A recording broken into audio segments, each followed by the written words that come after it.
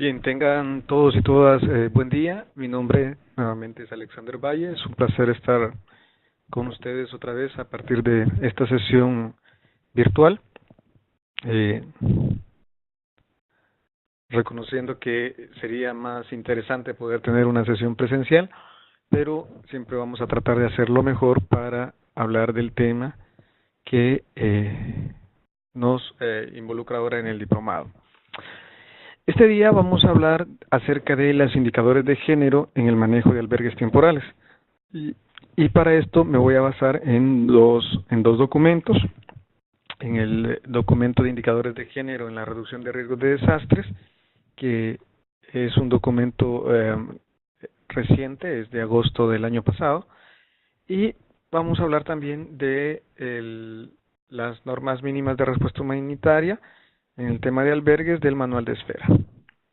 Al final de esto, pues estaríamos haciendo un ejercicio y este ejercicio sería el ejercicio que dará partida a la tarea que ustedes tienen que presentar en este módulo. Vale mencionar que para la tercera clase de este módulo estoy gestionando invitar a un colega de la Organización Internacional de Migraciones, el cual tiene mucha experiencia con el tema también de manejo de albergues, porque es parte de los clústeres de albergues, y también él ha trabajado como OIM en este tema. Entonces él maneja mucho toda la parte de enfoque de derechos, que es una de las partes que pretenderíamos evaluar al final en el último módulo. Muy bien, para iniciar con esto, para empezar con los indicadores de género, quizás tendríamos que partir con cuáles serían las problemáticas de género que encontramos en los albergues.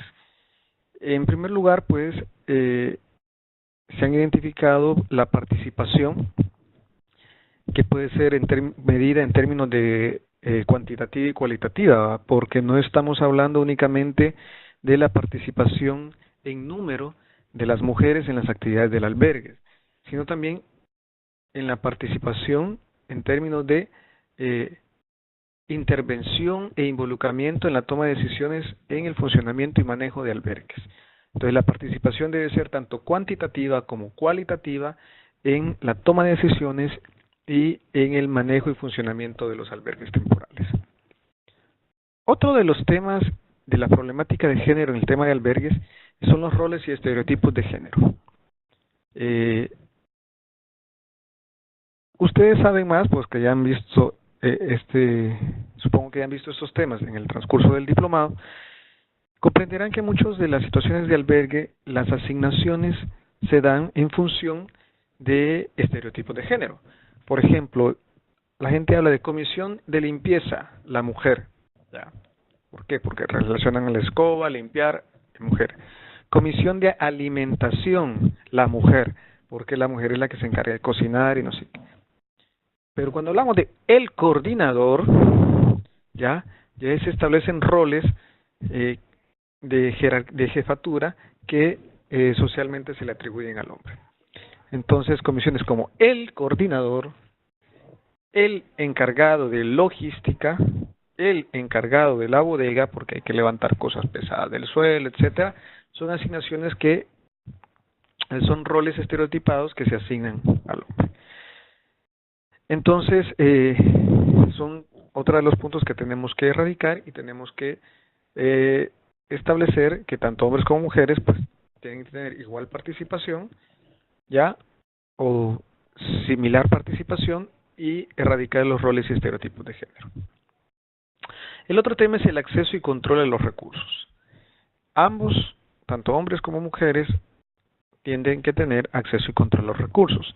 Y si lo vamos a hablar en términos de género, estamos hablando que tanto hombres, mujeres y personas de la diversidad sexual tienen que tener igual acceso y control a los recursos, igual participación, y que no se estereotipe su trabajo dentro del albergue. Tenemos que tomar en cuenta también las situaciones en riesgo, las vulnerabilidades. Si bien es cierto, hablamos de igualdades entre hombres y mujeres, tenemos que estar conscientes que los hombres y mujeres no somos iguales, ¿sí? No sé si estas palabras van a entrar en controversia con alguno de ustedes o con alguna de ustedes, pero tanto hombres como mujeres tenemos necesidades diferenciadas y se nos tienen que diferenciar esas necesidades y suplir estas necesidades. Lo mismo en términos de vulnerabilidad, capacidades y afectaciones, todo esto es diferenciado en cada uno de nosotros. Tanto hombres, mujeres y personas de la diversidad sexual tienen vulnerabilidades específicas a ellos o intrínsecas a ellos. Las capacidades también son intrínsecas a ellos y por lo cual o lo consiguiente las afectaciones que sufrimos son diferentes en función de estas vulnerabilidades y en función de estas capacidades. ¿Ya? Lo que nos lleva justo a lo siguiente, que tenemos necesidades diferenciadas y estas necesidades diferenciadas son las que se tienen que suplir en caso de estar y encontrarnos en un albergue. Y con esto estaríamos reduciendo las brechas de género. Para continuar, basándonos en el documento inicial que dijimos que íbamos a desarrollar, vamos a detenernos un poco conceptualmente en dos partes, o en dos conceptos: desarrollo, riesgo y género. Tenemos que estar conscientes que los desastres limitan el desarrollo, pero los tipos de desarrollo pueden provocar o reducir el riesgo de desastres. Las desigualdades de género aumentan el impacto de los desastres y los desastres aumentan las desigualdades de género. Este concepto de desarrollo, riesgo y género es algo con lo cual estamos entablando una concientización, y no voy a hablar en términos de lucha, sino en términos de concientización, dado que muchos de nuestros tomadores de decisiones tienen que comprender que aquellos modelos de desarrollo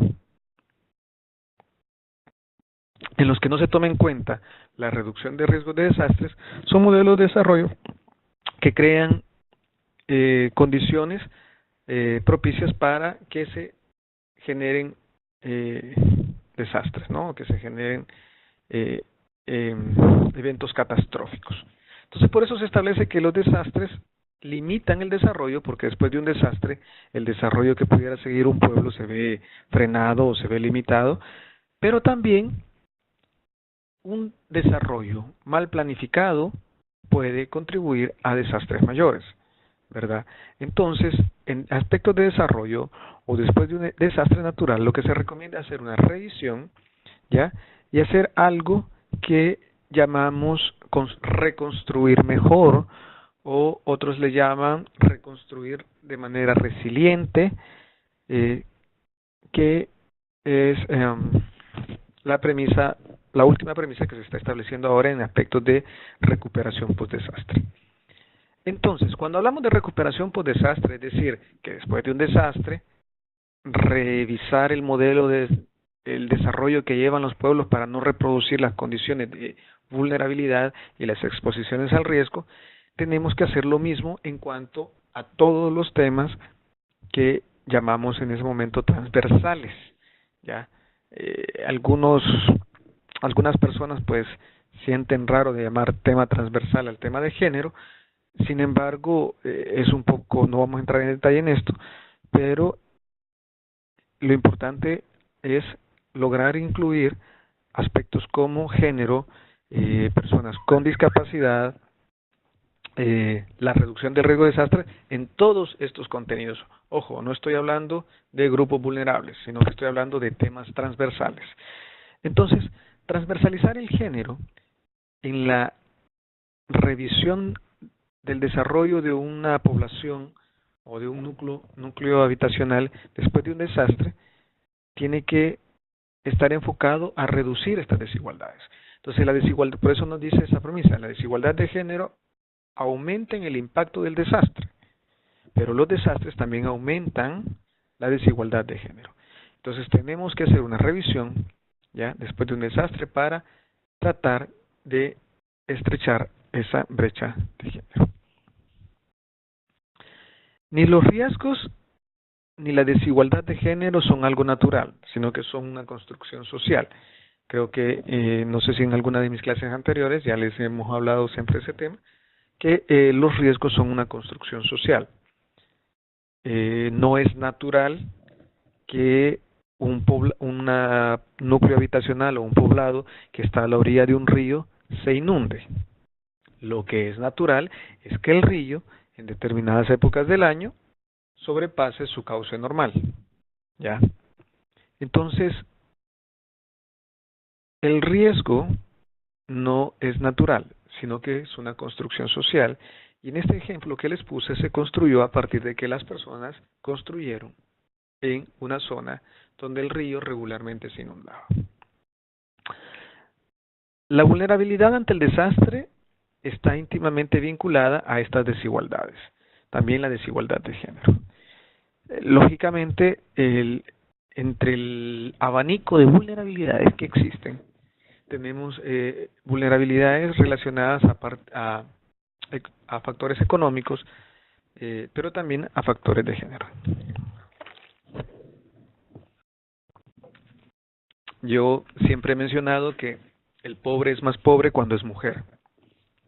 Entonces, es un poco complicado porque dentro del abanico de vulnerabilidades, todos estamos conscientes de que hay vulnerabilidades que afectan más, que hay eventos que afectan más a las mujeres que a los hombres por aspectos de desigualdades.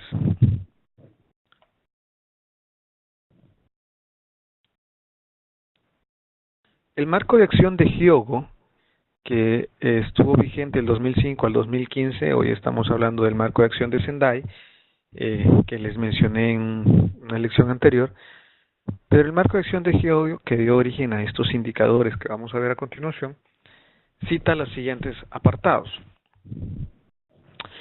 Incorporación de la perspectiva de género en las políticas, planes y procesos de reducción de riesgos de desastres. Se debe incorporar una perspectiva de género en todas las políticas, planes y procesos de decisión sobre la gestión de los riesgos de desastres, incluidos los relativos a la evaluación de los riesgos, la alerta temprana, la gestión de la información y la educación y la formación. En términos de alerta temprana con enfoque de género, se dice que se tienen que crear sistemas de alerta temprana creados en la población, en particular sistemas que permitan alertar a tiempo y en forma clara a las personas expuestas, teniendo en cuenta las características demográficas, género, cultura, modo de vida de los destinatarios, que den orientación sobre la forma de actuar en caso de alerta y que contribuya a la eficacia de las intervenciones de los encargados de la gestión y de las situaciones de desastre y otras autoridades. Quizás no sea en el contexto salvadoreño, pero ustedes no sé si tienen referencias de para el caso del tsunami de Indonesia, dado que algunas de los poblados que se inundaron, las mujeres eran socialmente o culturalmente ocupaban unas faldas muy largas, esto limitó el desplazamiento a la hora de poder buscar un sitio seguro. No vamos a cambiar la cultura de la gente, pero tendremos que establecer sistemas de alerta temprana y rutas de evacuación que estén de acuerdo a las características de género y características culturales de los núcleos poblados. Asimismo, también el caso de, yo creo que esto todos y todas ustedes lo han escuchado más de una vez, que hay gente que no abandona sus casas para irse a un albergue, voy a reestructurar la frase. Hay mujeres cuyos maridos trabajan fuera de sus casas o por las noches, en el caso de ser vigilantes, que no abandonan su casa cuando su casa se ve amenazada y se va a un albergue porque tienen miedo a lo que el marido les pueda decir o porque no pueden abandonar la casa porque el marido se enoja. Entonces, el marco de acción de Hyogo dice que tenemos que incorporar tanto en los sistemas de alerta temprana, ¿verdad?, se tiene que establecer el sistema, pero además se tiene que establecer una concientización a las familias que se encuentran en la zona, tanto hombres como mujeres, de qué es lo que tienen que hacer y cómo lo tienen que hacer. En el caso de la política centroamericana de gestión de riesgos,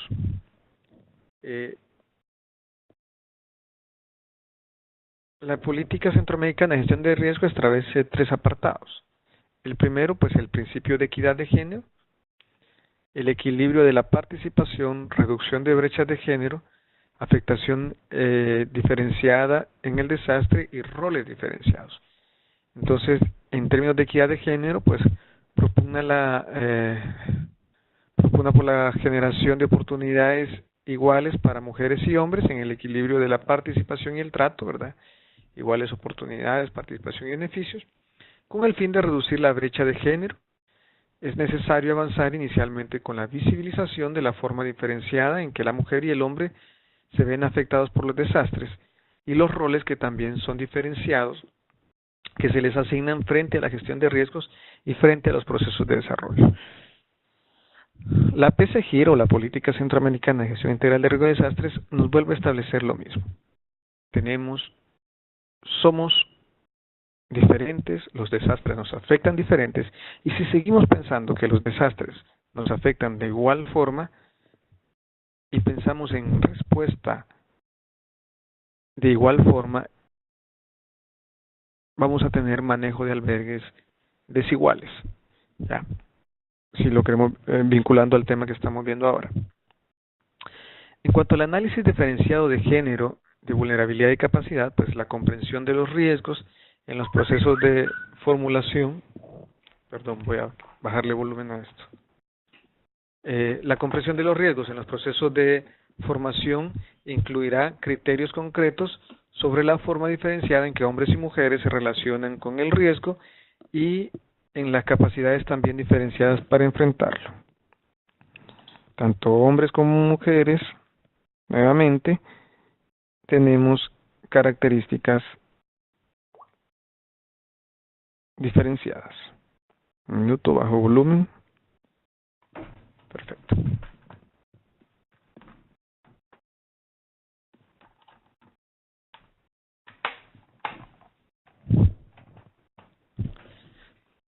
Información desagregada por sexo y multiculturalidad. Esta sistematización de información y de los criterios cuantitativos y valoración de los daños ocasionados por el desastre serán desarrollados de forma desagregada, de manera que visibilicen adecuadamente la diferenciación de los criterios de género y multiculturalidad. Luego, para el caso de la política regional de equidad e igualdad de género del SICA 2013, pues las situaciones de vulnerabilidad de las mujeres, en cuanto a la situación de vulnerabilidad de las mujeres, pues nos menciona que las mujeres no son vulnerables por naturaleza, sino a causa de la situación de desventaja social y de género. Yo creo que esa parte, pues, todos y todas la tenemos claro, por eso, de hecho, yo no menciono a las mujeres dentro de los grupos vulnerables, y ustedes tienen que estar conscientes de ello, y supongo que ya se los mencionaron antes. Las mujeres no son un grupo vulnerable, ¿ya? Entonces se tienen que sacar de los grupos vulnerables.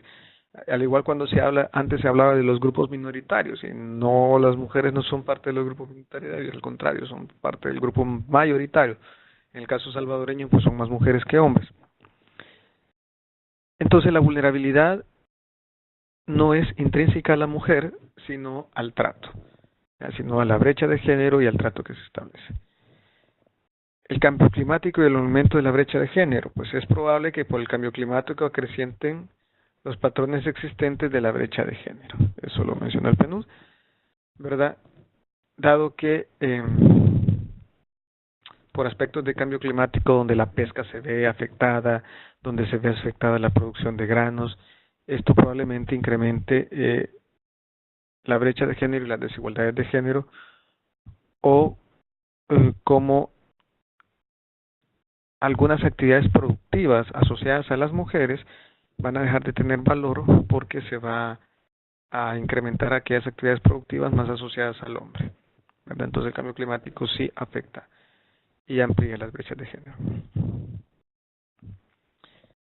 En cuanto a albergues, división social de trabajo y abusos sexuales, pues se tiene que hacer una mirada de género en la gestión del riesgo de desastres que permita apreciar, por ejemplo, que las mujeres son quienes se ocupan de las tareas domésticas dentro del albergue, con alta posibilidad de perder sus empleos, si es que los tienen, o el aumentar la carga doméstica por atender las tareas de los refugios.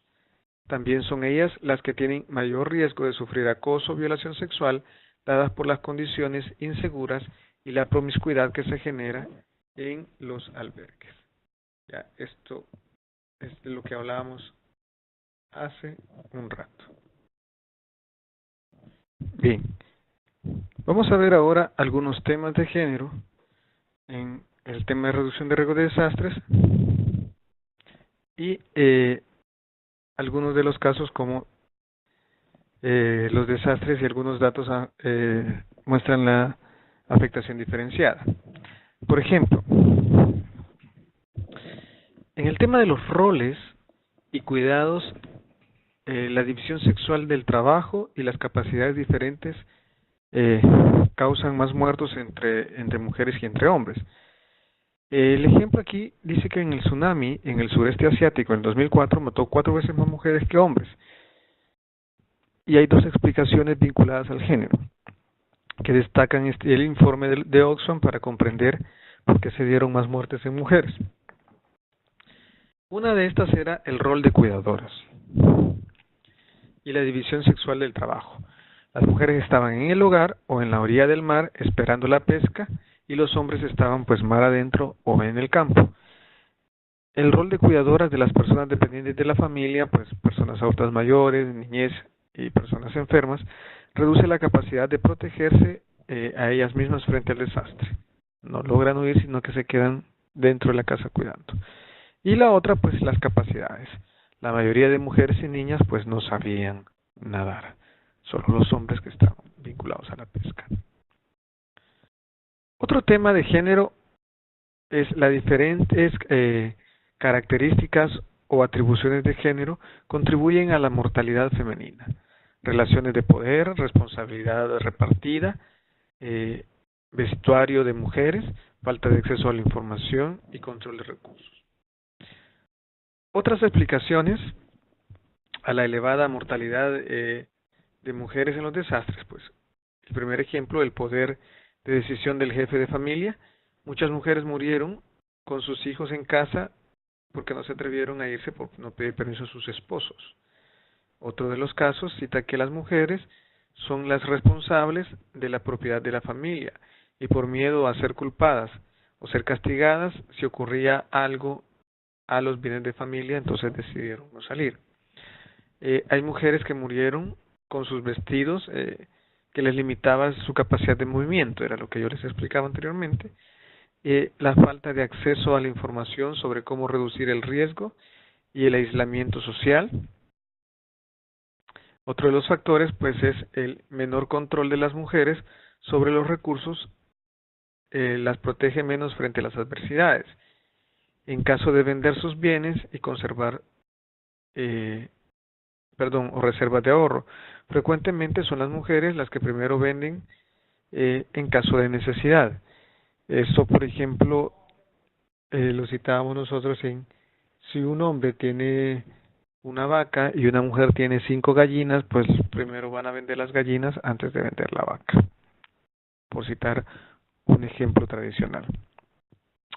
Lo mismo si una mujer tiene una tienda y el hombre trabaja como vigilante, la mujer al final va a tener que cerrar su tienda porque ya no le genera suficientes ingresos, pero el hombre mantendría su trabajo como vigilante.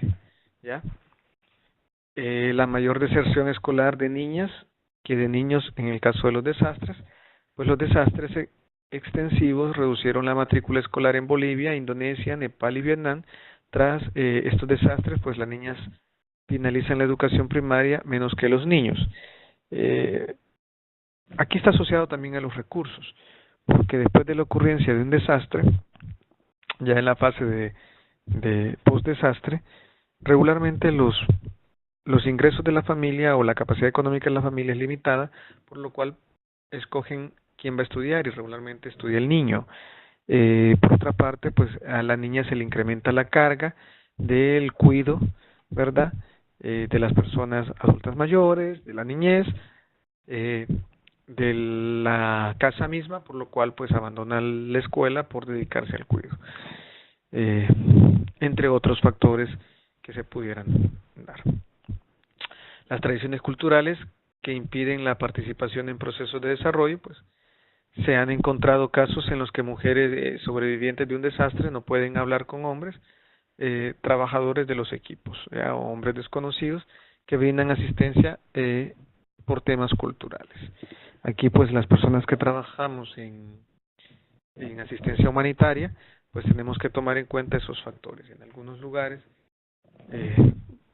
no es mucho el caso de El Salvador, pero sí lo podemos encontrar en el caso de la región centroamericana, sobre todo en algunas comunidades que todavía tienen fuerte presencia de poblaciones originarias, este tipo de situaciones.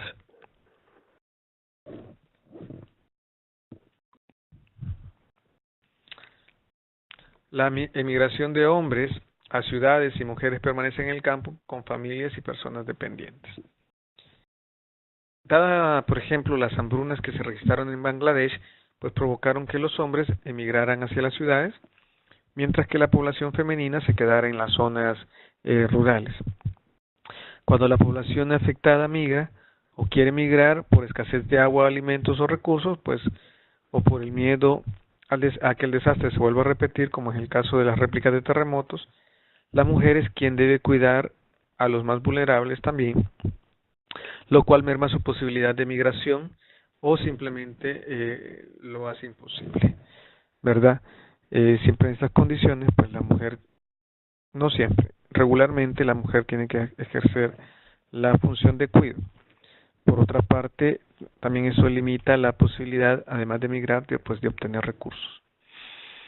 La crisis creciente por la irresponsabilidad paterna.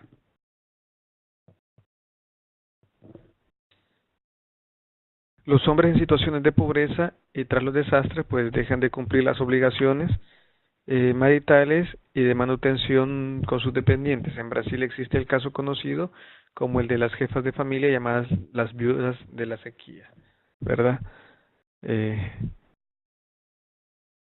Esto también está vinculado, por ejemplo, y sería interesante ver a los hombres que tienen una cuota asignada para la manutención de los hijos y cómo esta cuota se ve afectada con la ocurrencia de desastres o las condiciones de despido o pérdida de empleo por desastre. Perdón. En el huracán Mitch en Centroamérica, pues, por desagregación de datos por sexo, pues el huracán Mitch, los gobiernos y las organizaciones no gubernamentales no demandaron información desagregada por sexo en la fase de la emergencia y se pasaron por alto las necesidades de las mujeres y hubo un vacío importante de conocimiento sobre los sobre los efectos desagregados por sexo en el evento. Esto incluía los kits de higiene. En aquel momento, pues lo que se pensaba como kit de higiene se limitaba únicamente a la pastilla de jabón, a la pasta dental y al cepillo dental, ¿verdad? Nunca se pensó en toallas sanitarias para mujeres o en afeitadoras para los hombres o ropa interior para mujeres ni calcetines para los hombres. La importancia del permiso del marido para salir de la casa en el caso del desastre. En Honduras, algunas mujeres contaron que consideraban que no debían salir de las casas hasta que sus compañeros de vida no estuvieran presentes. Aún escuchando un aviso de alerta, no habrían dejado la casa por indicación de sus esposos. Existe una leyenda en torno a la tormenta Ida que me la comentaban en San Vicente, desconozco si es correcta, en la cual imperó un tema de machismo. Cuando el nivel del río comenzó a subir por la lluvia, un hombre había construido su casa y como él había construido, pues estaba seguro que su casa era buena y estaba bien hecha.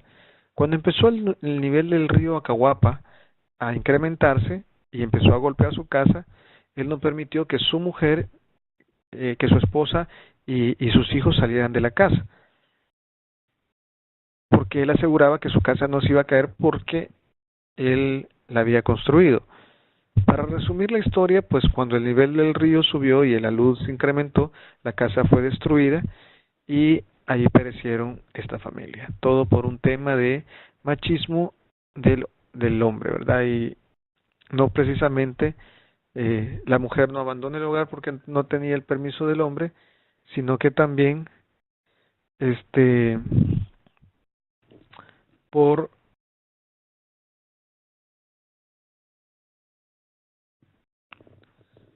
sino también porque el hombre no quiere quedarse ahí y no permite que la mujer salga o los hijos salgan.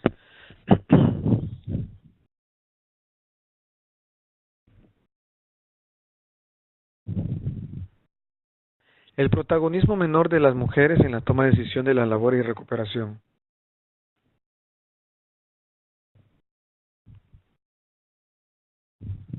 Perdón, las mujeres fueron la mayoría que sufrieron daños psicosociales.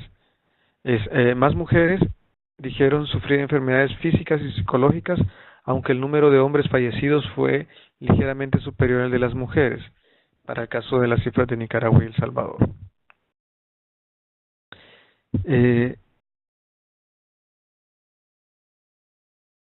Esta también tiene que ser una evaluación que tendría que hacerse. Sobre todo, yo aquí difiero un poco de este apartado, dado que regularmente los hombres no estamos socialmente programados para poder admitir que tenemos un problema psicosocial después de una afectación. Entonces, las mujeres pues eran las que dijeron que sufrían enfermedades físicas y psicológicas. El hombre, aunque se sintiera mal o aunque estuviera padeciendo esta situación, no lo informa. Así que al final pues sí es un tema de diferenciación y un tema de género. El protagonismo menor de las mujeres en la toma de decisiones, pues el 68% de albergues en Honduras, de 281 albergues, pues fueron coordinados por hombres, aunque las mujeres también trabajaban.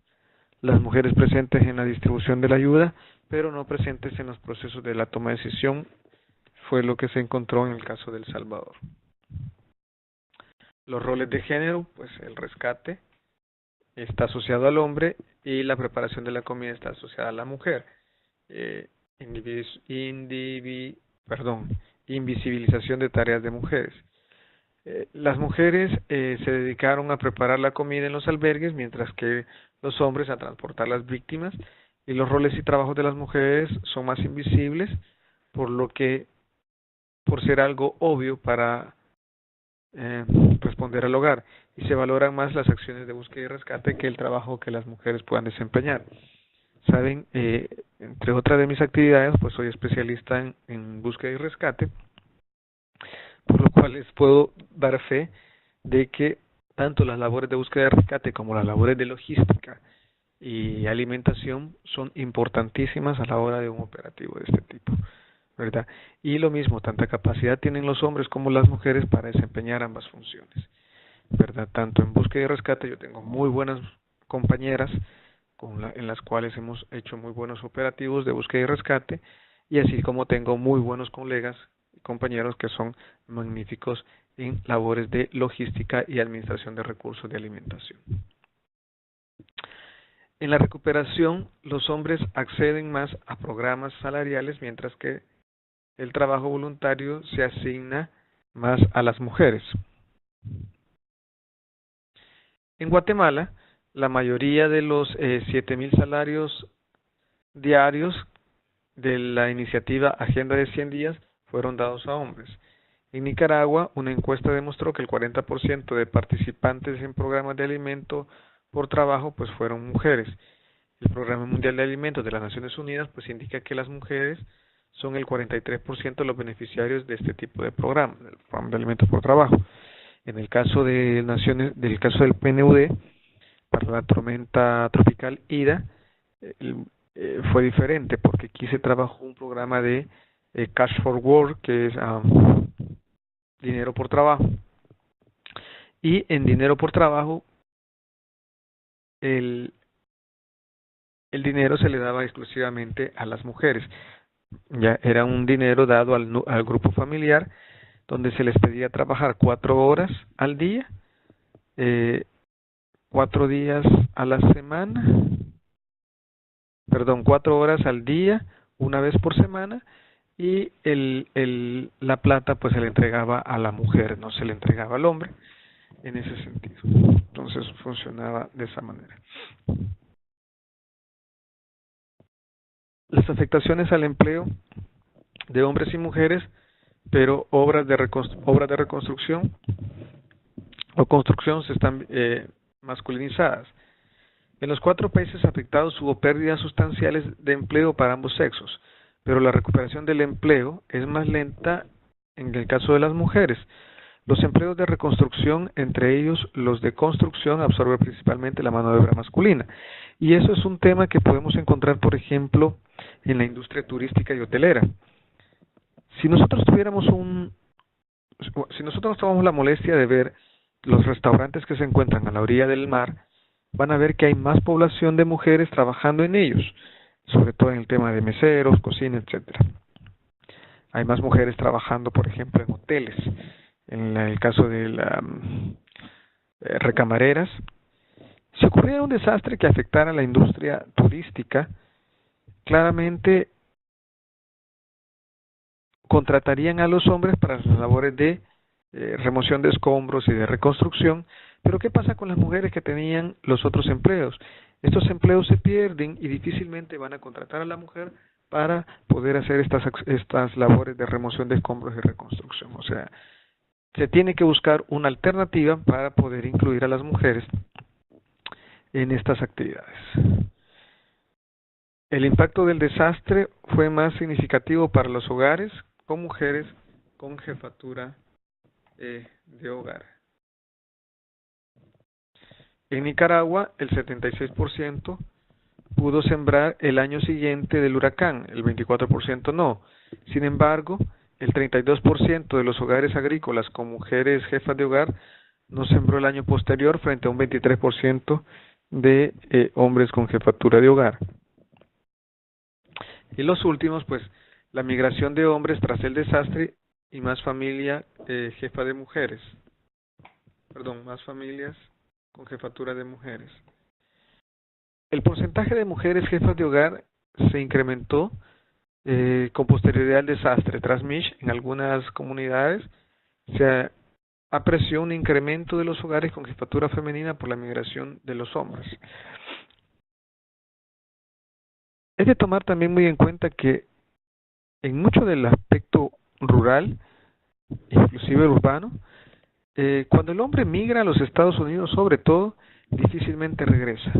Ya en algunos de los casos, pues, logra llevarse a su familia, pero no, me atrevería yo a decir que no es en la mayoría de los casos. Regularmente el hombre vuelve a hacer su vida en los Estados Unidos y hace un nuevo hogar allí, limitándose pues a mandar una cuota o una contribución económica a su familia en El Salvador o en Centroamérica. Entonces, el tema de la migración y el aumento de las jefaturas de hogar, así como la descomposición del núcleo familiar, se incrementa o acrecenta después de un desastre. Minusvaloración de las opiniones de las mujeres profesionales y voluntarias. Nosotros tuvimos una experiencia. Estuvimos en una localidad de 60 casas donde hubo 11 muertos, que eran familiares todos entre sí. La persona que dio la alerta, diciendo que tenía que tener mucho cuidado por el cerro, porque se iba a caer, era una compañera de la Cruz Roja, y no quisieron hacerle caso. Es interesante esa narración, porque está asociado a estereotipos de género, ¿verdad? Que las mujeres sobredimensionan algunas de los fenómenos que ocurren. Entonces, esto se tiene que solventar estableciendo sistemas de alerta temprana que incluyan procedimientos y protocolos, y sobre todo que incluyan el tema de género. Bien, viendo ahora este tema de indicadores, me voy a pasar un poco a que veamos los indicadores de nivel nacional, municipal y comunitario que se encuentran dentro de el documento de indicadores, el documento de indicadores de género en la reducción de desastres.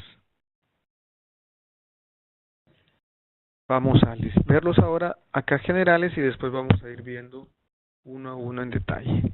Por ejemplo, indicador nacional, ustedes pueden ir pensando si estos indicadores se encuentran en el caso de El Salvador. Primer indicador, el N14 o indicador nacional 14. El manual de procedimientos para la administración de albergues temporales incorpora la temática de género. Para el caso salvadoreño, sí. Es un manual que tuvo una iniciativa, que es un manual que les voy a compartir a ustedes con la información que se les va a suministrar por medio del coordinador del curso, del diplomado. Es un manual que incluye el tema de género.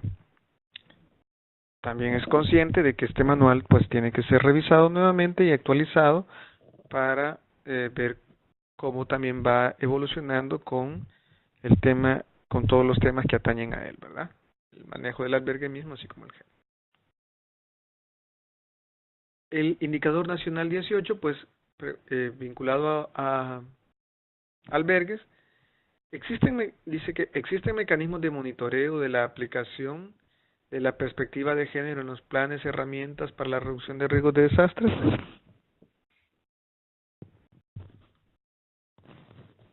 En el caso salvadoreño, pues ahí sí me atrevería a decir que no estoy seguro si existe por parte de alguna de las instituciones vinculadas a género, pues el tema de monitoreo de género en estos planes y estas herramientas.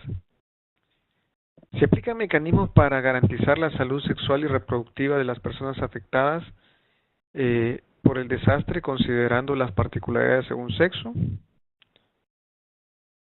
También tengo dudas sobre en torno a esto. Agradecería si alguna o alguno de ustedes me podía mencionar esto. Esto lo vamos a ver más adelante. Indicador municipal. M13 es por el municipal 13, no crean que está vinculado a otro lenguaje. La localización, características, dotación y gestión de los albergues temporales municipales responde a un análisis de equidad de género. El indicador municipal 18. Se aplican mecanismos y estrategias para garantizar la salud sexual y reproductiva para las personas afectadas por el desastre. El indicador municipal 25, pues los planes alternativos municipales para promover la educación de la niñez en escuelas que funcionan como albergues incorporan la necesidad del análisis de género. Y en los indicadores comunitarios se establece que la estructura comunitaria de preparación y respuesta planifica e implementa acciones de preparación con enfoque de género. El comunitario 14. Existen mujeres capacitadas para responder a las emergencias comunitarias en igualdad de condiciones que los hombres.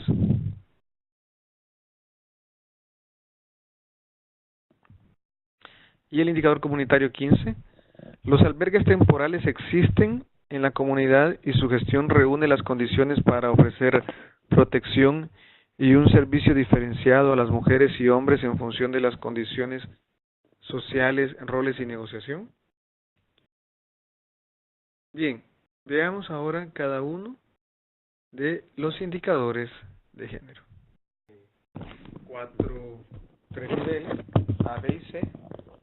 A, pues si se cumplen 4 de los criterios, B, si se cumplen 2 o menos, y C, pues si no se cumple ninguno de los criterios. Tiene sus notas de orientación en la que dice que si el manual de procedimientos para administración de albergues es el documento oficial pues del Sistema Nacional que marca las políticas o lineamientos que se deben llevar a cabo para el establecimiento de la gestión de albergues.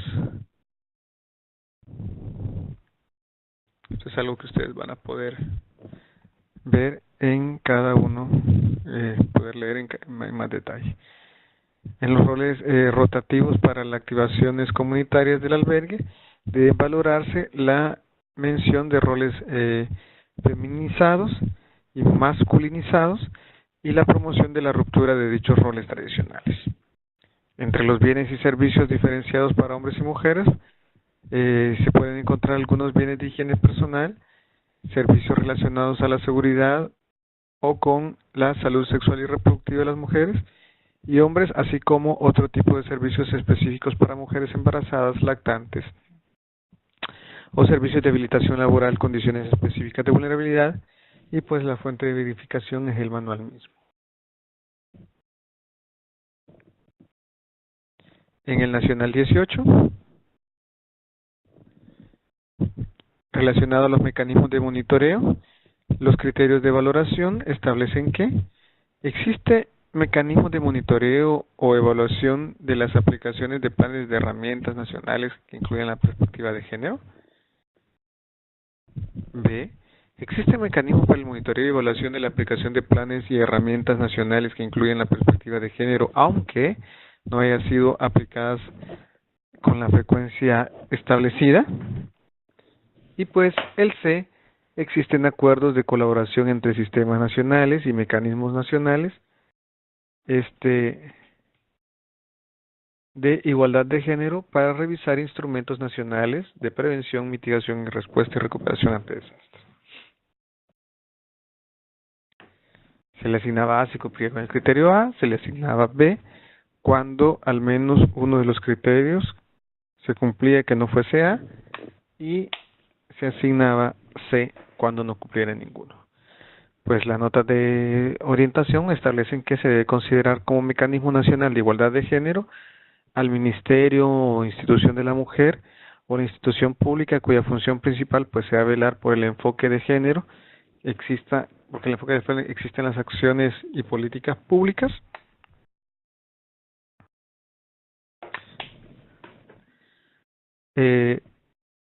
Todas las herramientas y planes fundamentales que han aparecido en estos indicadores han de ser analizados desde la perspectiva de la política nacional, ¿verdad?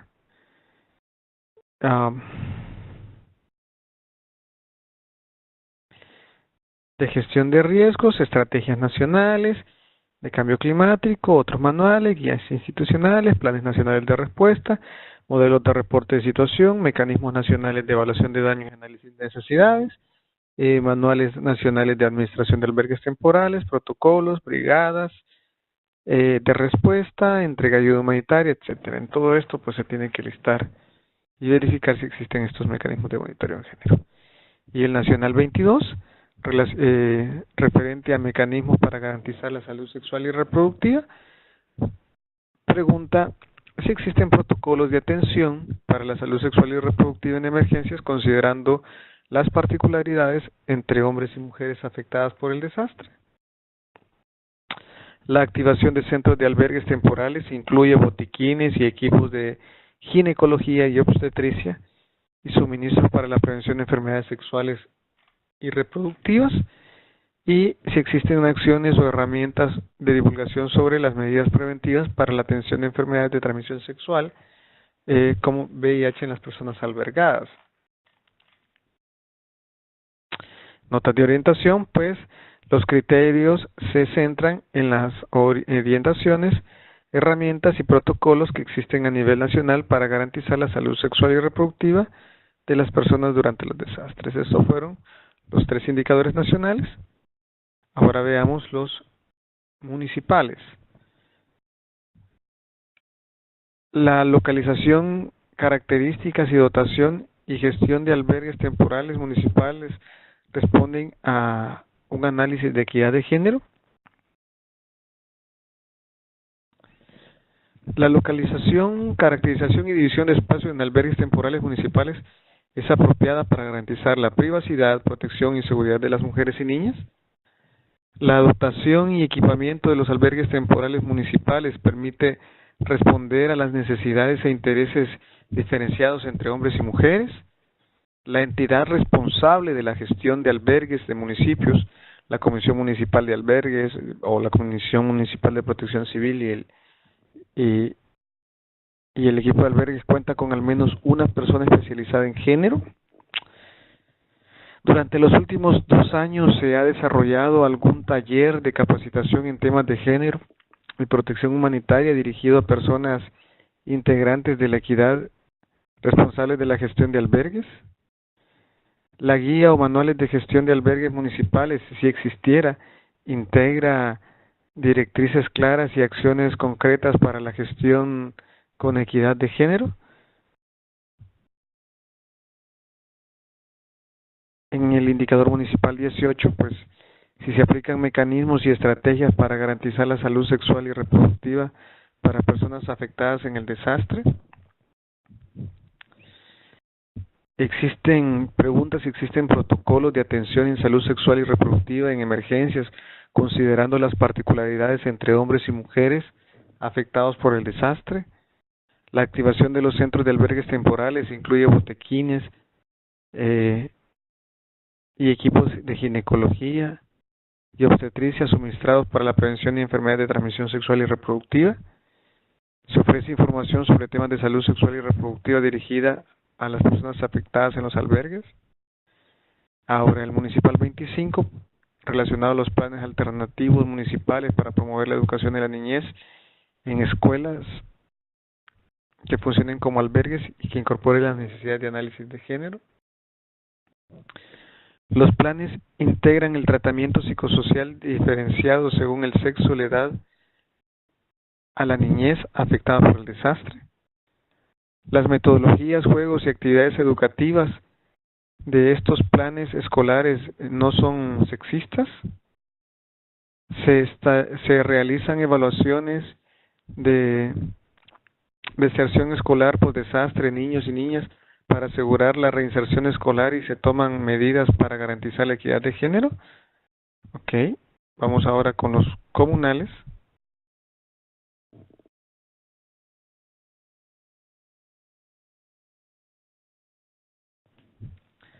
La estructura comunitaria tiene comisiones de trabajo sectorial donde al menos el 40% son mujeres. Al menos una mujer ocupa un cargo de responsabilidad en la toma de decisiones en la estructura comunitaria de preparación y respuesta. La estructura comunitaria distribuye sus roles y responsabilidades para la respuesta en función del perfil y la capacidad de las personas sin sesgos o estereotipos de género.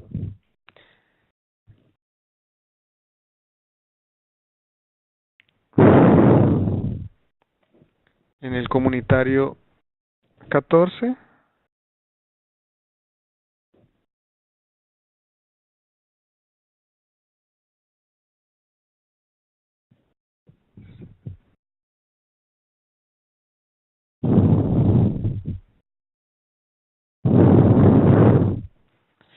existen mujeres capacitadas para responder a la emergencia comunitaria en igualdad de condiciones que los hombres. Al menos el 40% de las personas capacitadas en primeros auxilios, búsqueda y rescate o salvamento acuático son mujeres. Al menos el 40% de las personas capacitadas en evaluación de daños y análisis de necesidades en la comunidad son mujeres. Al menos el 40% de las personas capacitadas en gestión de albergues en la comunidad son mujeres. Al menos el 40% de las personas capacitadas en salud de emergencia son mujeres. Fíjense que con estos indicadores, en el caso salvadoreño, creo que los cumplimos todos, comunitarios, porque las jornadas de capacitación comunitaria regularmente se dan en horarios donde solo las mujeres pueden participar. Y por último, en los comunitarios, los albergues o alojamientos temporales que existen en la comunidad y su gestión reúnen las condiciones para ofrecer protección y servicios diferenciados a mujeres y hombres. Pues los criterios de valoración son la localización, características y división de espacios de los albergues temporales comunitarios son apropiados para garantizar la privacidad, protección y seguridad de la mujer y la niñez. La dotación y equipamiento de los albergues temporales comunitarios permiten responder a las necesidades e intereses diferenciados de los hombres y mujeres. En la comunidad hay al menos una persona que ha recibido capacitación en temas de género y protección humanitaria en relación a la gestión de albergues. ¿Se establece algún tipo de normativa para que las actividades comunitarias del albergue participen de forma similar tanto hombres como mujeres y así evitar la sobrecarga de las tareas domésticas de cuidado de las mujeres por encima de las que tenían en sus viviendas habituales? ¿El albergue establece mecanismos de protección para las mujeres en civilización de hombres? Son los criterios que tendríamos que evaluar. Muy bien, ahora vamos a ver un ejercicio práctico.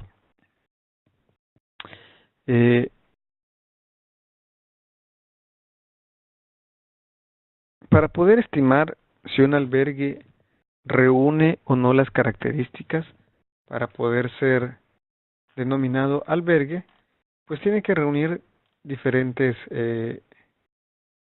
condiciones. Suponiendo, para hacerlo de manera simplificada, he graficado, como pueden ver en pantalla, un centro escolar pequeño que cuenta con un primer grado, un segundo grado, 2 aulas, una dirección y bodega, una pila y una batería de baños. Cuenta con un baño para hombres, un baño para niños, un baño para niñas,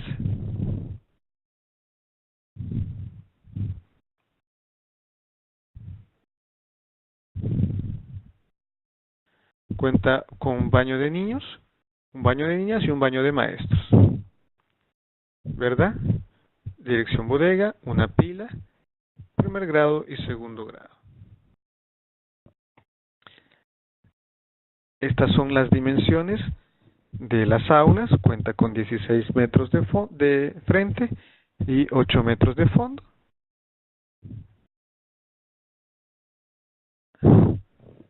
Entonces tenemos una información general. En primer lugar vamos a decir que el número de aulas son 2, que cada aula mide 8 por 8 metros, que tiene 3 letrinas, una de niñas, una de niños, que para el caso pues no funciona porque se rompió la letrina, y una de docentes.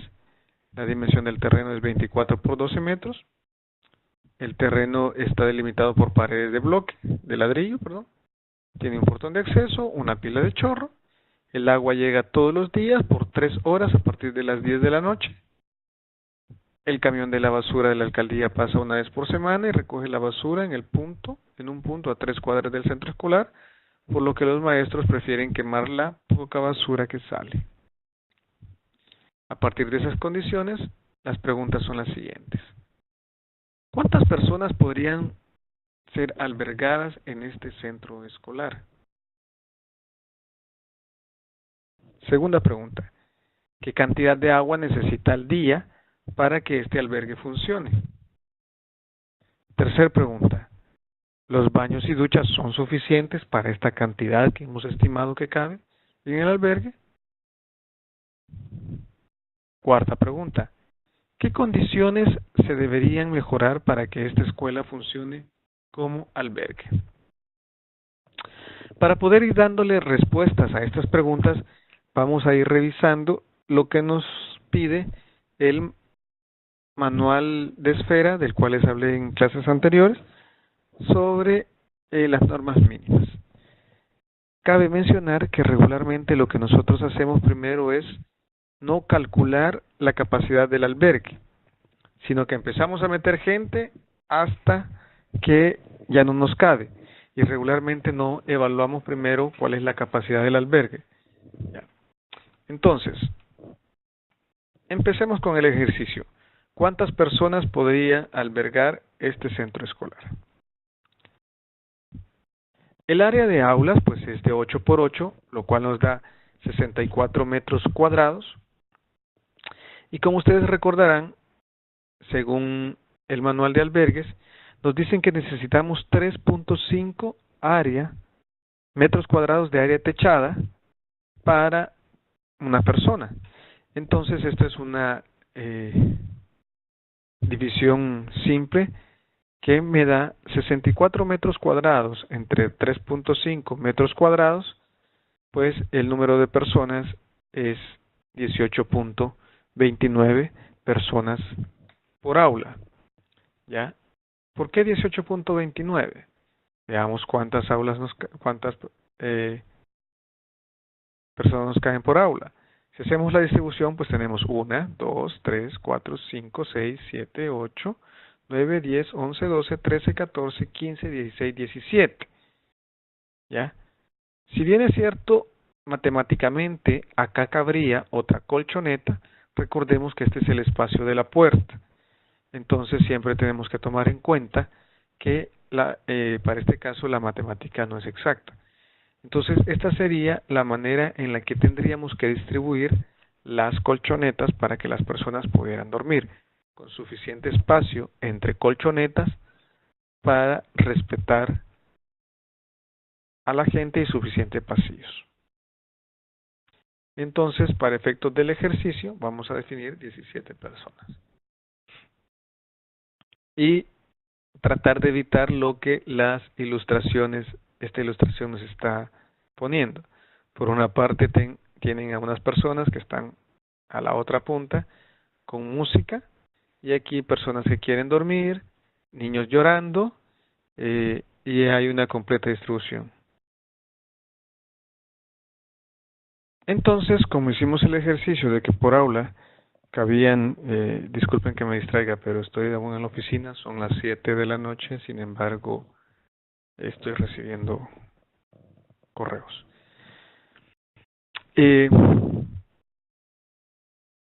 Dado que nos cabían 17 personas por aula, pues si son 2 aulas, pues tenemos la capacidad para 34 personas. La pregunta es, ¿nos alcanzan los servicios sanitarios, tomando en cuenta que teníamos uno de niñas que funcionaba, uno de niños que no funcionaba porque se había quebrado y uno de docentes? Si tenemos 34 personas albergadas y la norma mínima nos dice que por baño, un baño por cada 20 personas debe de existir un baño, una letrina, y aquí tenemos 2 baños habilitados, pues estaríamos hablando de 40 personas. Entonces quiere decir que nuestros 2 baños sí reúnen las normas mínimas para las 34 personas que tenemos en el albergue, dado que 2 baños nos dan para 40 personas. Entonces nos da la primera premisa de que no es preciso correr a arreglar el baño porque el baño nos da. Necesidad de agua por día. Según la norma, se necesitan 15 litros de agua por persona por día. Si tenemos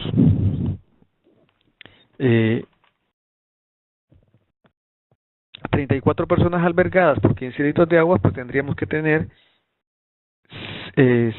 510 litros de agua por día. ¿Cómo vamos a tener o cómo vamos a almacenar esta agua?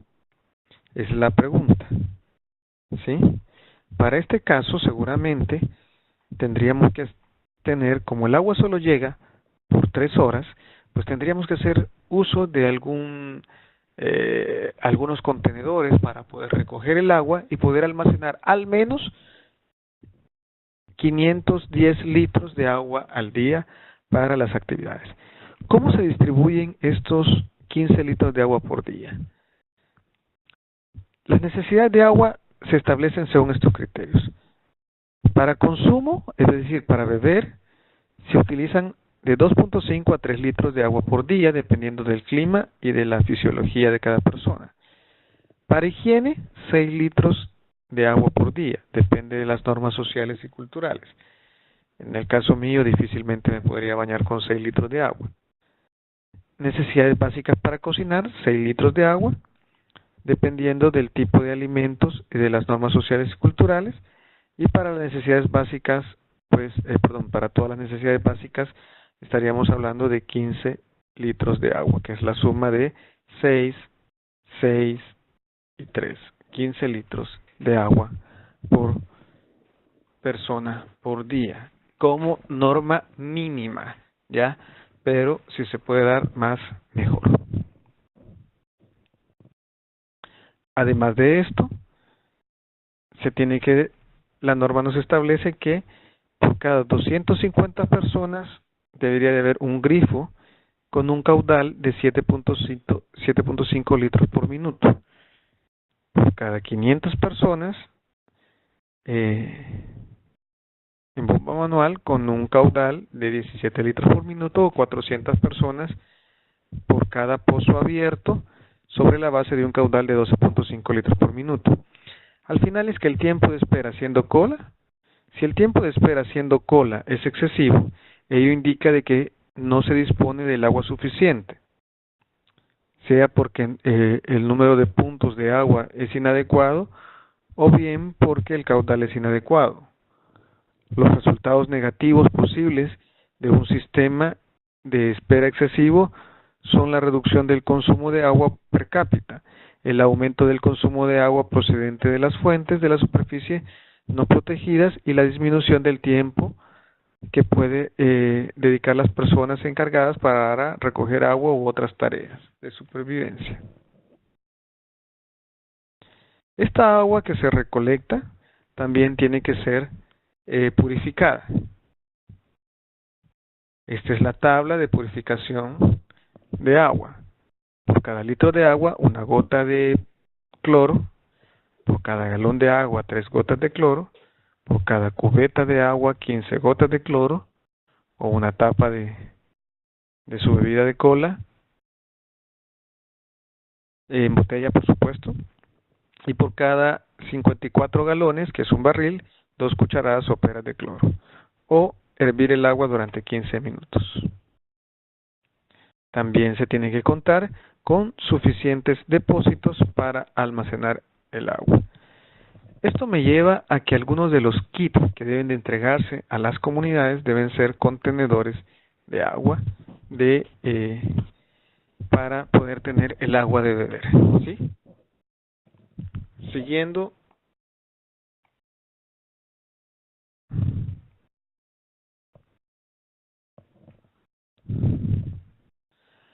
el área para la preparación de alimentos. ¿Dónde se colocará la cocina?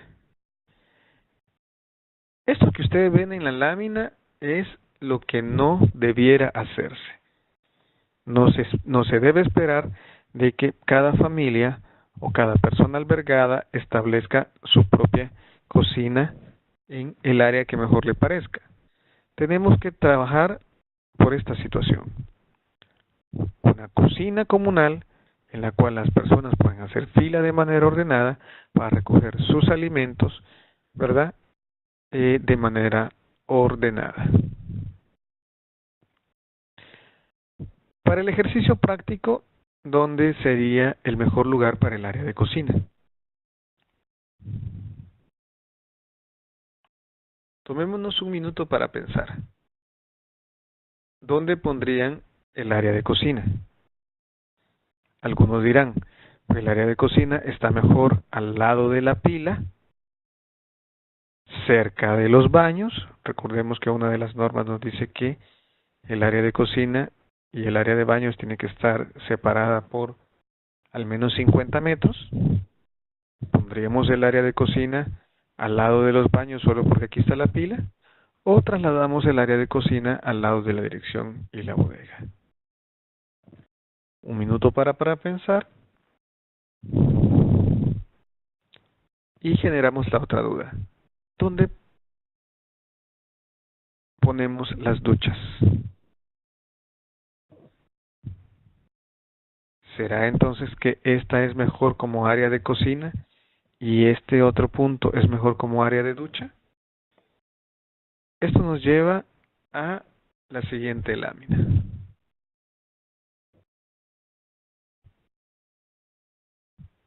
Es preferible entonces que al lado de donde está la pila se pueda designar la zona para área de higiene y área de lavado de trastes.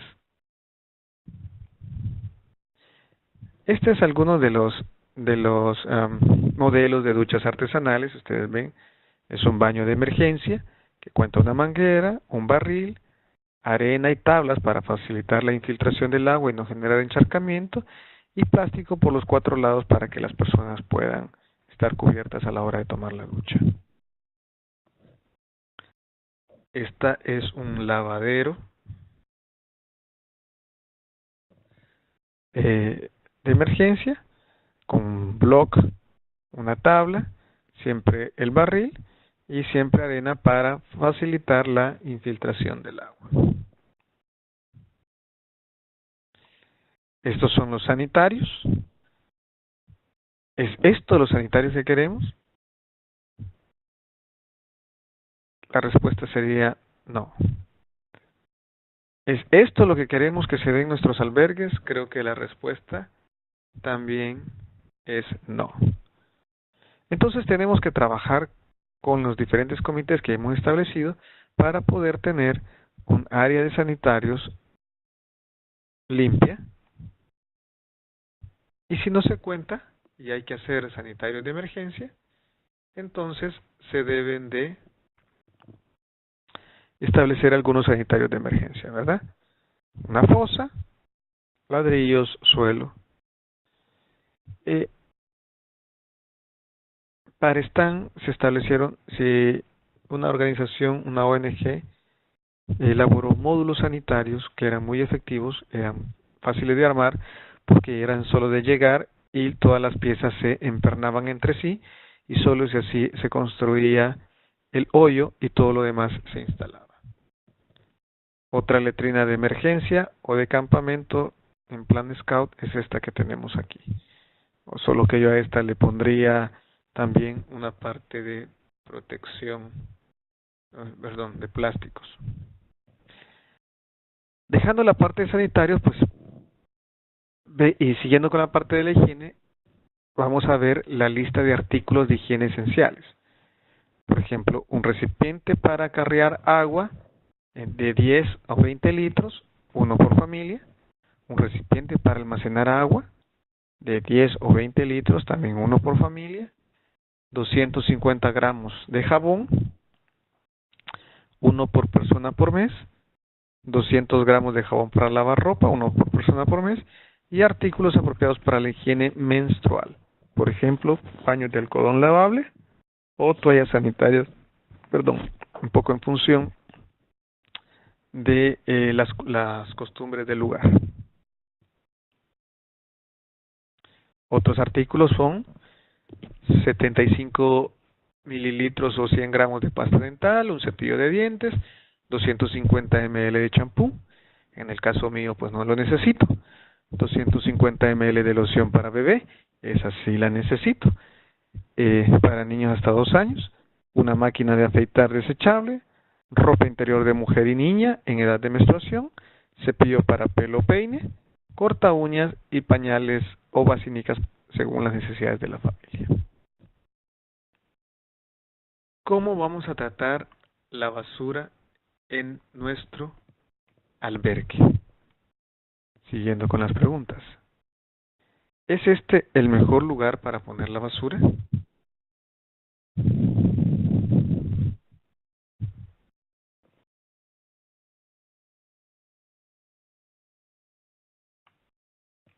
Quizás sí. La manera de poner la basura en estas condiciones, si no contamos con un sistema de aseo, es hacer un hueco de 2 metros de profundidad por unos 51 que permita repellar las paredes con cal y tierra, ¿verdad? Por unos 15 centímetros, que es esto. Debe haber no tiene que haber un pozo,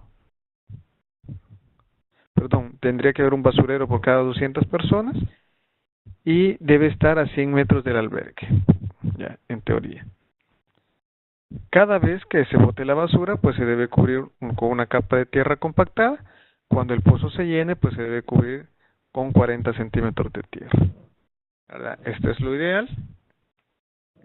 Para el caso de nuestro albergue, pues no estamos. ¿Es este el punto ideal para poner nuestro basurero? Tomando en cuenta que la basura pasa una vez por semana y está a 3 cuadras, o es conveniente sacar la basura al punto donde pasa el camión recolector. Esa es otra pregunta que hay que valorar. Y como última lámina, este es el modelo de albergue temporal en cancha que estableció en su momento el Ministerio de Salud. Si ustedes ven, es la distribución por polígonos de tiendas de campaña.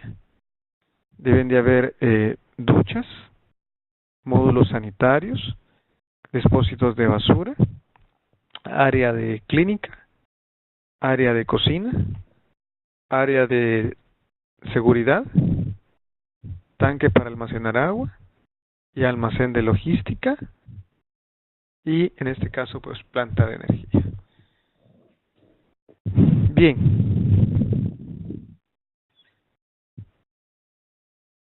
esto es para mí, bueno, esto es todo para mí por esta lección.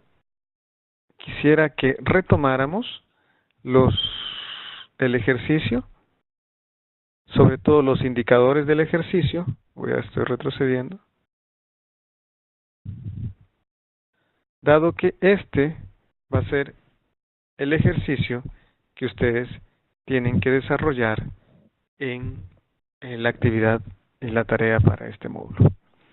No tengo más que decirles, les estaría enviando los materiales vía por medio del coordinador para que éste los pueda hacer llegar, al igual que la tarea. La tarea voy a subirla en este momento, solo para que la logren ver.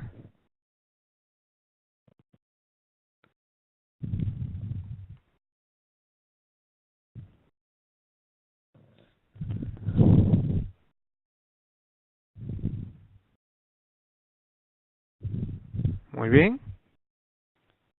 Bienvenidos. Este es su centro escolar. Pueden ver que es un centro escolar que acá tiene un río, tiene una calle de cemento, al frente tiene viviendas, tiene una cancha de baloncesto iluminada. Estas son lámparas. Cuenta con una dirección, un centro de cómputo. Aquí funciona por la mañana, primero, segundo, tercero, cuarto, quinto y sexto grado, y por la tarde, séptimo, octavo y noveno grado, y primer año general y segundo año general. Cuenta con baños para niños, baños para niñas y área de chorros. La pregunta es, la descripción de las instalaciones.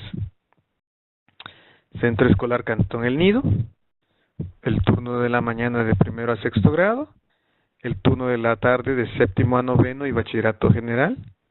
Posee un centro de cómputo, posee un baño de niñas con 9 sanitarios, posee un baño de niños con 6 sanitarios, un tanque de agua de 750 litros, un servicio de agua potable que llega 3 horas entre las 2 de la tarde y las 5, el caudal de agua es de 10 litros por grifo, una cancha de básquetbol, el terreno mide 60 por 28, las aulas miden 8 por 6, posee un muro de mampostería al lado del río y una malla del lado de la quebrada, y un muro perimetral de malla de alambre galvanizado.